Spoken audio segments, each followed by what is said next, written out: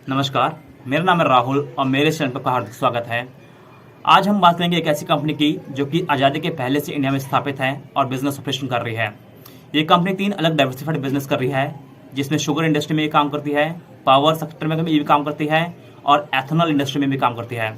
सरकार ने हाल फिलहाल में एक बात कही थी जिसमें कहा गया था कि पेट्रोल के साथ हमें एथेनॉल को मिक्स करना पड़ेगा और 10% एथेनॉल मिक्स करना ज़रूरी है।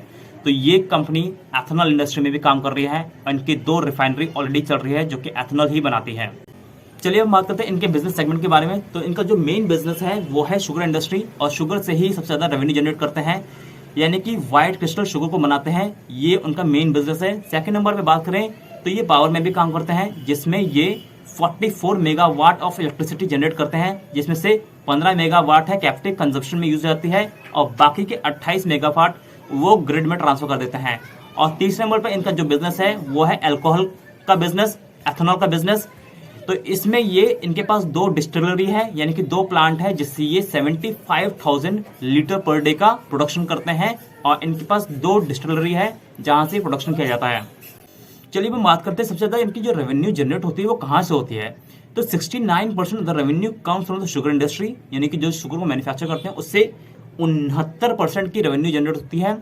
और जो इलेक्ट्रिसिटी में पावर जनरेट करते हैं उससे भी 4% की रेवेन्यू जनरेट होती है। और पेट्रोल पंप जो इनके पास है उससे भी 4% की रेवेन्यू जनरेट होती है। एंड इंडस्ट्रियल अल्कोहल बनाते हैं जिससे 5% रेवेन्यू जनरेट होती है। एंड पोर्टेबल अल्कोहल बनाते हैं जिससे 17% की रेवेन्यू जनरेट होती है। तो इनका ये रेवेन्यू का स्प्लिट है। इस कंपनी के पास 200 किलोलीटर पर डे की प्रोडक्शन का एथेनॉल प्लांट ऑलरेडी था, जिसमें इनको 150 करोड़ की जरूरत पड़ी थी।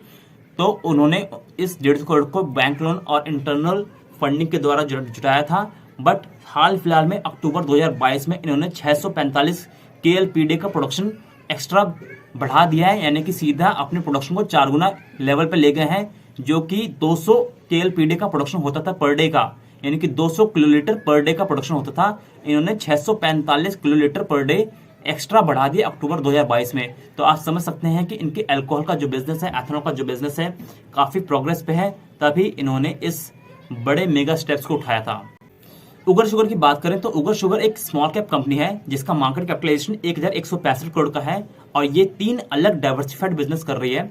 तो इनके जो भी 3 बिजनेस हैं वो काफी अपनी यूनिक हैं और इनका जो एथेनॉल का बिजनेस है वो काफी ज्यादा यूनिक है, बिकॉज अभी ईवी को इंडिया में आने में 20 से 30 साल लग जाएंगे, यानी कि इलेक्ट्रॉनिक व्हीकल को आने में इंडिया में 20-30 साल लग जाएंगे। तब तक इनका एथेनॉल का बिजनेस काफी तगड़ा चलता रहेगा और बाकी इनकी जो मेन रेवेन्यू जो आती है शुगर से, तो वो तो इनका मेन बिजनेस है ही है। अगर हम बात करें इस क्वार्टर के रिजल्ट के बारे में, तो इनका जो इस क्वार्टर का रिजल्ट है काफी बुरा आया है। तो इनकी जो रेवेन्यू थी वो 42% से डाउन चली गई है, 217.7 करोड़ जो होता है। एबिटा डाउन बाई 75%, यानी कि 6.1 करोड़ से एबिटा इनका डाउन हुआ है। एबिटा मार्जिन 2.81% हो गया है, जो कि पहले 6.56% था। और नेट लॉस जो इस क्वार्टर हुआ है वो 9.1 करोड़, जो कि नेट प्रॉफिट था 5.7 करोड़ का पिछले साल। यानी कि इस पर्टिकुलर क्वार्टर में इस कंपनी का उगर शुगर का काफी बुरा रिजल्ट आया है, जिससे इसमें बिकवाली का माहौल बना हुआ है। बट ये जो कंपनी काफी दुरुस्त कंपनी है और काफी बढ़िया कंपनी है। इनका बिजनेस मॉडल काफी साउंड है और 104 के लेवल पे इनका करंट मार्केट प्राइस है इस पर्टिकुलर शेयर का, और इस 104 के आसपास का ही इनका सपोर्ट लेवल भी बनता है। 104 पे इनका एक सपोर्ट है, सेकंड सपोर्ट इनका 98 के आसपास का बनता है। तो ये काफी अच्छा एक सपोर्ट प्राइस है इस लेवल पे जहां पे ये मार्केट प्राइस है, यानी कि 104 पे अभी मार्केट में भाव चल रहा है उगर शुगर का। तो इसी लेवल के आसपास इसका सपोर्ट रेंज भी है।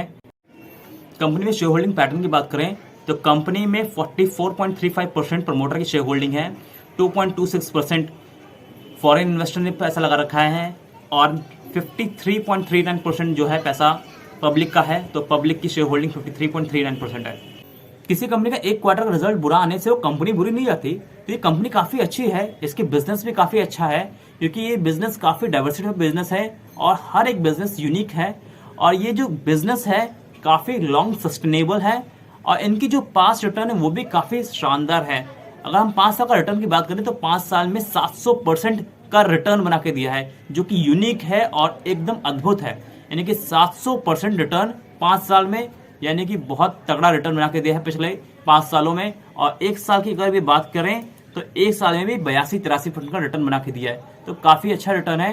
तो हमें ये बुरा समय आया है, इस समय में हमें ज़्यादा इन्वेस्ट करने की कोशिश करनी चाहिए, बिकॉज जब भी हमें डिप मिले तो डिप में हमें इन्वेस्ट करना चाहिए, और जब अप जाए तो उस समय हमें होल्ड करके बैठना चाहिए। तो यही एक कॉन्सेप्ट है जो कि स्टॉक मार्केट में चलता है। जब मार्केट एकदम पॉजिटिव जाए, ऊपर जाए, तो हमें होल्ड रखना चाहिए, और जब डिप जाए, जब नीचे जाए, तो हमें थोड़ा क्वांटिटी ऐड करनी चाहिए, तभी हम एवरेजिंग का बेनिफिट भी उठा पाएंगे। अगर आपको हमारा ये वीडियो अच्छी लगे तो आप हमें लाइक, कमेंट, सब्सक्राइब जरूर करें। And thanks for watching, and please subscribe to our YouTube channel. Thank you very much.